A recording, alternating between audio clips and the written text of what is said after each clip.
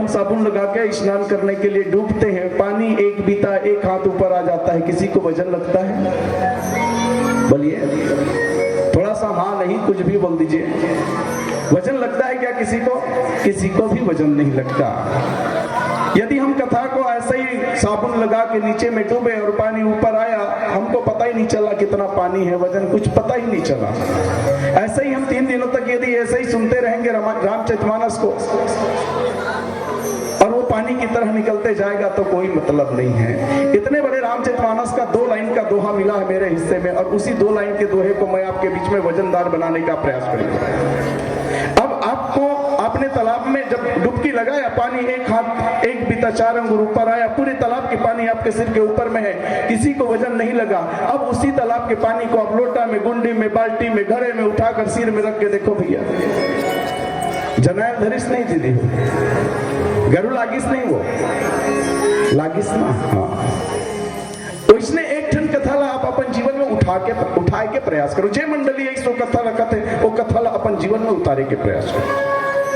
ये ऐसे जगह के कथा हरे जे समुद्र के किनारे भगवान राम के जतेक सेना है, वो सेना मन माता सीता अर्थात भक्ति के तलाश करे बर निकले हैं, और सामने अथाह सागर समुद्र है। अथाह सागर समुद्र में देख के जामवंत जी महाराज, सब सेना मन खड़े हैं, बानर सेना मन खड़े हैं, अंगद जी भी है ना, हनुमान जी महाराज भी करके देखे तो अतेक लंबा समुद्र ल कौन जाही पार करेगा। और सबले सियान कौन है? तो जामवंत जी महाराज है। जामवंत जी महाराज पूछा थे सब झल ऐसे वसरी पारी करके कौन कौन जा सकते हो, कौन कौन नहीं जा सको भैया। काबर की हमन ला बता है स्वयं प्रभा जी है कि यहाँ ले 7 योजन ओ पार रावण के लंका में है ना, माता सीता के व्यवस्था करे है रावण। अब ओकरे तलाश करे पर जाना है, तो वही करके कथा मिले। बोला आओ एक भजन के बाद में आपके बीच में रखे के मैं प्रयास करूं। बोलिए सियावर रामचंद्र की। तेरी मेहरबानियां, तेरी कदरदानियां, कुर्बान तुझ पे मेरी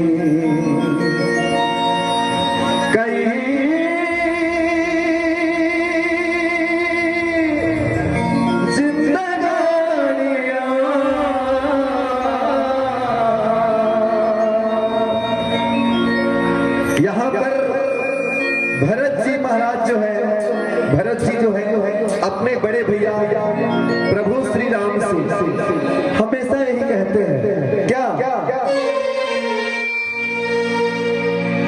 ऐ मेरे राम लौट के आजा,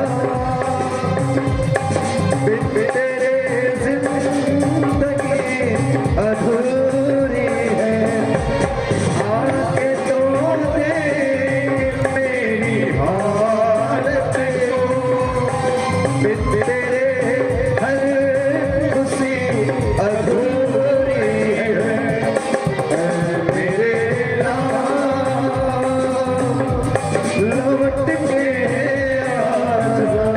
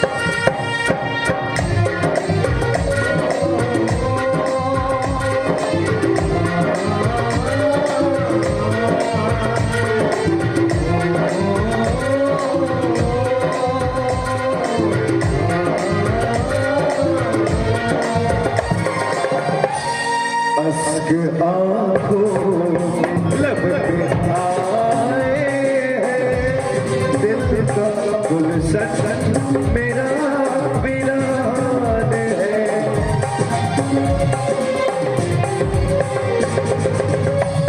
अश्क आंखों लब पे आए हैं, दिल का गुलशन मेरा वीरान है।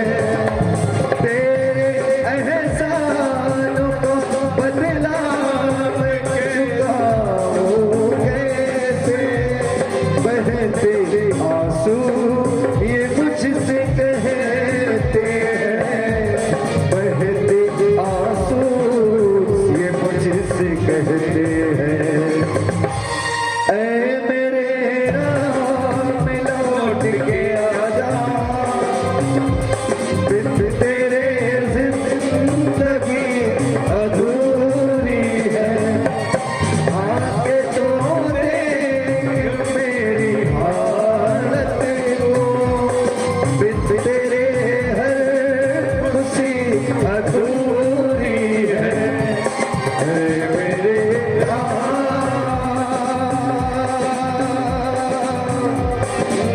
लौट के आजा।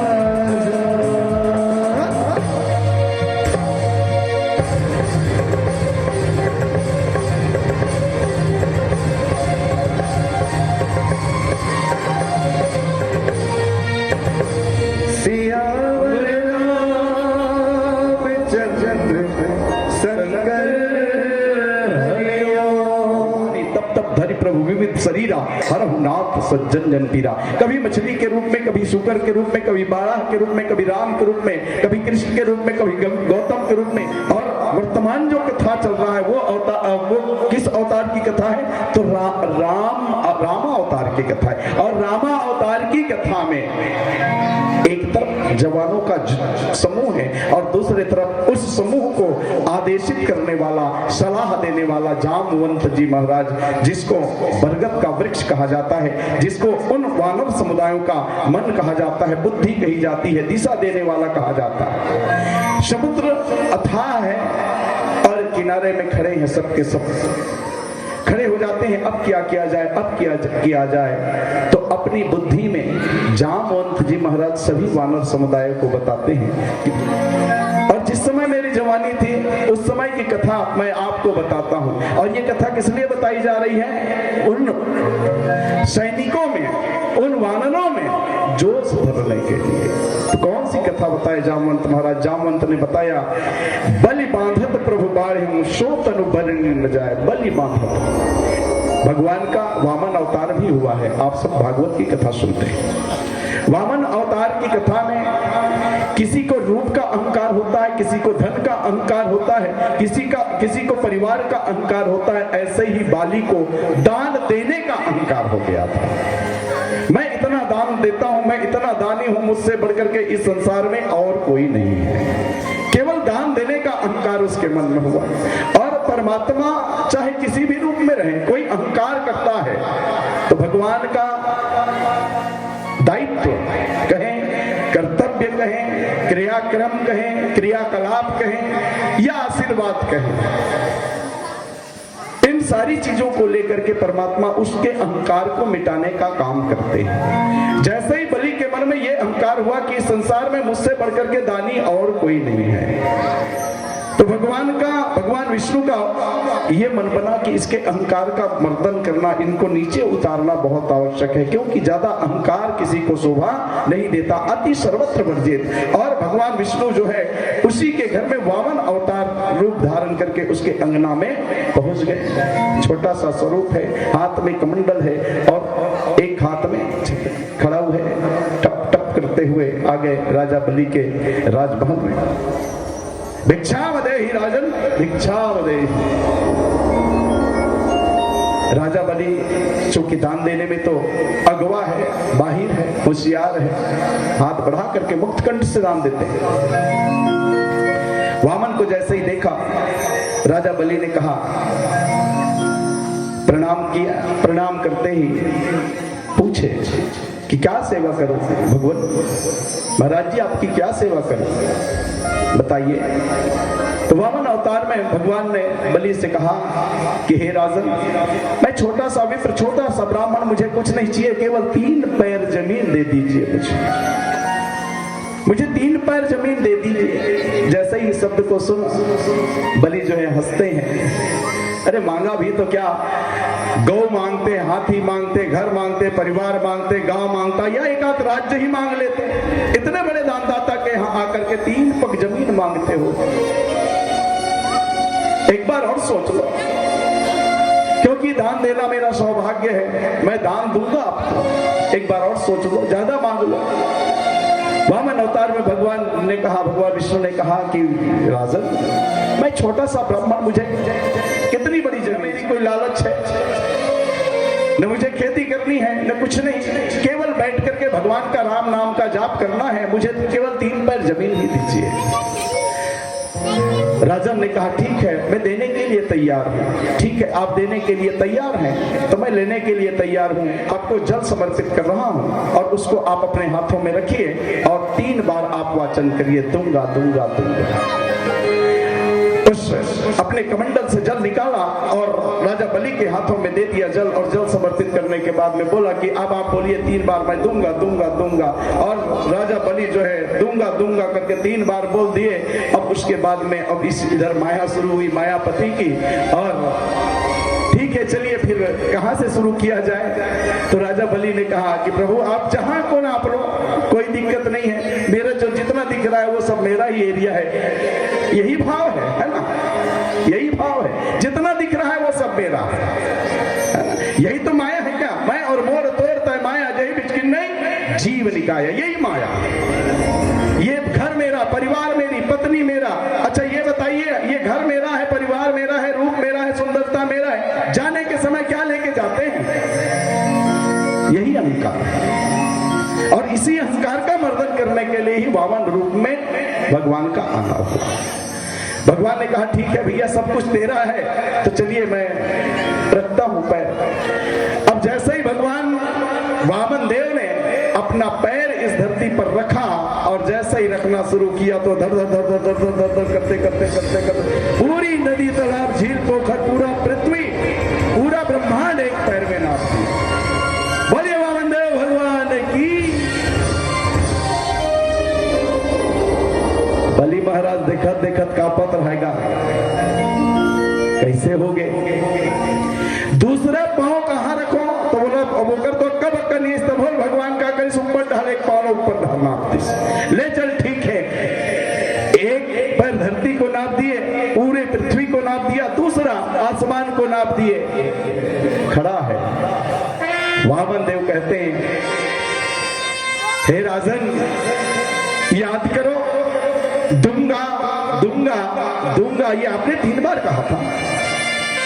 एक में तो धरती नप गई, दूसरा में आसमान नप गया, तीसरा कहां रखूं, तो तीसरा कहां रखूं। जैसे ही बोले तब बलि का अहंकार मर्दन पूरा चूर चूर हो गया। वो जान गए कि मुझसे कहीं न कहीं चूक हुई है, जिसकी सजा देने के लिए, दंड देने के लिए भगवान ने यह प्रक्रिया अपनाई है। और इस प्रकार से विराट रूप भगवान का बना हुआ था और उसी विराट रूप में भगवान से कहे बलि ने कि हे भगवान, एक पैर आप मेरे इस सिर पर रख दे, मेरा उद्धार हो जाएगा, मेरा कल्याण हो जाएगा, मेरी वादा, मेरी वचन, मेरा शपथ भी पूर्ण हो जाएगा। तो उसी विराट रूप में जो धरती नापी थी, जिस विराट रूप में, उस विराट, अब आप अंदाजा लगाएं, इस पूरी धरती को एक पैर में जब नापा गया तो भगवान का स्वरूप कितना बड़ा रहा होगा। और उसी स्वरूप का जामवंत जी महाराज कहते हैं, बलि बांधत प्रभु बांधे सो तनु बरन न जाए, उभय धरी महतिनी 7 प्रदक्षिणा पाए। मैंने उस स्वरूप का 7 प्रदक्षिणा पल में पूरा किया था, इतनी क्षमता थी मुझे। ये क्या है ये? तो जो वानर समुदाय जो है उन सबको जगाने का काम करते हैं। भैया जब मैं तुहर मन के समय में रहो ना, तुहर मन की जब अवस्था, वो अवस्था में मैं जब रहो ना, तो भगवान बलि के अहंकार के मर्दन करे। पर जब वामन रूप धारण करी, से वामन रूप धारण करे के बाद में जब अपन विराट रूप ला दिखाई है ना। विराट रूप की चर्चा बहुत जगह हुई है। गीता में भी भगवान कृष्ण ने अर्जुन को अपना विराट रूप दिखाया। इस रामचरितमानस में भी विराट रूप की चर्चा हुई है। कौन सी दिख रामा निज मात ही अद्भुत रूप अखंड और रोम रोम प्रतिरागे कोटि कोटि प्रतिभा। तो ऐसे विराट रूप जब धारण किया था परमात्मा ने, तो उस विराट रूप का पल में ही मैंने 7 प्रदक्षिणा लगाई थी। वो मुझ में जवानी थी, वो मुझ में ऊर्जा था, वो मुझ में ताकत थी। अब तो बूढ़ा हो गया। बाबा तुलसीदास जी ने कहा उभय धरी महदिनी 7 प्रदक्षिणा, 7 बार उस विराट रूप का मैंने घूम करके मैंने उनका आशीर्वाद लिया था। अब क्या बताऊं, अब तो मैं बूढ़ा हो चला, मुझ में वो ताकत नहीं है, वो क्षमता नहीं है। और अब आप लोग बताओ कि इस समुद्र के उस पार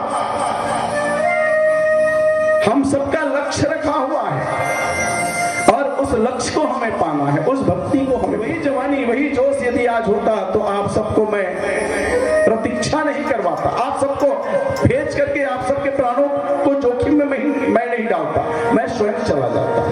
पर क्या करूं, अब बुढ़ापा आ गया है। इस प्रकार से अपनी जो सैनिक है, उस अपनी जो वानर सेना है, उसमें ऊर्जा भरने का काम जामवंत के द्वारा हो रहा है। आइए एक भजन के बाद आपको पुनः कथा में जोड़ने का प्रयास करेंगे। बोलिए सियावर रामचंद्र की। ऐसे क्या सोचते हो सत्संग में आकर देखो ना, राम भजन गाओ ना। जीवन पल में बदल जाएगा, पत्थर दिल भी पिघल जाएगा। ऐसे क्या सोचते हो सत्संग में आकर देखो ना। बोले राजा रामचंद्र की जय। आइए पावन भाव में जुड़े। परमात्मा एक एक अवसर सबको देता है। जीवन में आप कभी निराश और उदास मत होना, एक दिन जरूर पारी आएगी आपकी, क्योंकि रामचरितमानस में अवसर देता है, अवसर सिखाता है। और जितने भी पात्र हुए हैं इस रामचरितमानस में, उनको एक एक अवसर परमात्मा ने दिया है। और इसी अवसर का जो पावन कथा है, जैसे जामवंत महाराज जी ने कहा कि मुझ में वो क्षमता थी कि मैंने भगवान का 7 प्रदक्षिणा पल में ही लगा लिया, इतनी क्षमता थी और वो अवसर था। पर आज मुझे आप सबको दिशा दिखाने का अवसर मिला है, काम करने का अवसर नहीं। मैं नेतृत्व कर रहा हूं आप सबका और मुझ में वो ताकत नहीं है। अब आप लोग बताओ कौन जा सकते हैं। तो सबसे पहला जो पात्र है अंगद महाराज, क्योंकि उस टीम का मुखिया है वो। जैसे अध्यक्ष और संरक्षक होते हैं, बढ़िया साहू समाज के भवन में आपके रुके के अवसर मिले से हम उन साहूवरण और सौभाग्य आपके बीच में मैं अपन प्रशंसा करना चाहूँ। खिसोरा परिक्षेत्र के साहू समाज के अध्यक्ष में आप सब गतका मर स्वजाति बैठे होते मल्ला साहेब जिंदगी। तो संरक्षक अलग होते हैं, वो अध्यक्ष जामवंत जी महाराज, और अध्यक्ष की भूमिका का कर है अंगद महाराज के। तब संरक्षक कही दी भैया अब ते का करबे तेला बता, मैं तो नहीं जा सकूं, मैं नहीं कर सकूं, अब कौन करूं का करूं तेला बताओ। तुहर मन के आश्रय और तुहर मन के सुरक्षा के जवाबदारी मोर है, काम ले कैसे करूं तेला तो मन जानो। अब नीचे लाइन में बाबा तुलसीदास जी ने किसके अंगद कहा जाऊं मैं पारा, संशय भारी फिरती बारा। बड़ी विचित्र बात है। हम जैसे हसदा खिसोरा राजीव ले अंजोरा आगे यह वापिस जा सकता कि नहीं जा सकता, जा सकता ना। बाकी अंगद महाराज का लिखे से करा अंगद कहा जाऊं मैं पारा, जिय संशय कछु फिरति बारा। जामवंत भक्त जी महाराज के सामने में खड़े होके अंगद महाराज की कि ये समुद्र ला में लांग तो सकता हूँ, उस पार तो जा सकता हूँ, फिर दिक्कत ये है कि ओतीले आहू दुनिया हूं तो मन में संशय है। बड़ा विचित्र बात है, विचित्र बात है। तो ये संशय का चीज है। वैसे तो हर चीज के हर बीमारी की इलाज है, बाकी संशय के इलाज नहीं है। तो ये अंगद महाराज के जीवन में ये संशय शब्द जो आए वो संशय कहा चीज कह रहे। और अंगद के बारे में आप सब जानते हो, बाली के पुत्र है, जेला युवराज बना दिए गए और भगवान राम के विशेष आशीर्वाद है। विशेष आशीर्वाद के चलते अभी ये ढारे माता सीता के खोज करे बड़ा है। और ये भी बात तय है कि जब माता सीता के तलाश करे पर एवं पूरा टीम निकली तब भगवान अपन उठील निकाल के कौन लदे है? अंगद लदे है। कौन लदेगा? हनुमान जी लदे है। मतलब ये मान के चलो एक अंगद के कोई रोल नहीं है, रोल काकर है हनुमान जी महाराज के। जैसे खेत में काटा पहली बरसात जब होते ना, हम सब किसान आपको के डर होते किसानी खेती में मालूम है, आप भी धान उगा तो। और जब पानी बारिश शुरू होते हैं बरसात के दिन में, है ना, ओकर बाद में आप काटा कुटी बिने जाते कि एकदम से धान बोए चल देते, काटा कुटी बिने जाता। तो इसने ये धान बोए कौन है? तो अंगद जी हरे। और काटा कुटी बिन के आगे चले कौन हरे? हनुमान जी महाराज हरे। भगवान राम हो किसानी करे जो भैया है। अंगद कहा जाऊं मैं पारा, संशय भारी फिरती बारा। अंगद जी महाराज की मैं जाए बर तो जाऊं, बाकी होती आए बर तकलीफ है मोला। तब आए बर कैसे तकलीफ है? तो संत मन बताइए इसकी संशय कहा के है अंगद जी के। और समय कम है, जल्दी जल्दी आप लोग बताए के प्रयास करो तुम्हें कि अंगद कौन है। वास्तव में अंगद बाली के तो बेटा हरे, बाकी ओकर मां कौन हरे? मंदोदरी हरे। अब अंगद एक आ है और अंगद के मन में संशय का बात कहे तो रावण और बाली एमन दोनों जन अब कबे तो साढ़ू भाई घलो बन सकते हैं और कबे तबितान घलो बन सकते हैं, रिश्तेदार मान के चल। काबर की बाली के भाई दो जन रही से है ना, तारा और ये मंदोदरी। मंदोदरी है घलो काकर पुत्र है, काकर पत्नी है बाली के। बाली के अनुपस्थिति में रावण आके ओला हरण करके ले गए। और जब ओला हरण करके लेगी शत्रुता नहीं हुई इस दोनों जन में। वैसे पहली बहुत शत्रुता रही से कि 6 महीना रावण अपन काक में बंद करके रखे रही। उसके बाद मित्रता हो गए दोनों जन में। और जब मित्रता हुई रावण के बेटा जेकर नाम अक्षय कुमार और बाली के बेटा जेकर नाम अंगद। तो रावण की इसकी देख रहे भैया ते अब साढ़ू भाई कहो तो मितान कहो कि कुछ कहो, तुहर भारत में अच्छा पढ़ाई होते तो एक काम कर, लंकल कहा रोज ये पढ़े लाई भारत में, देकर ले तुहरे घर रख ले और इनसे पढ़ाबे।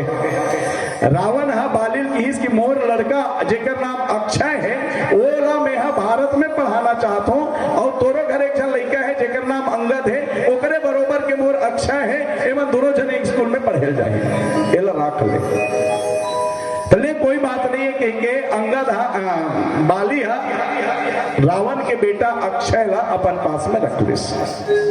एवं अंगद और अक्षय दोनों जन पढ़े जाए गुरुकुल में।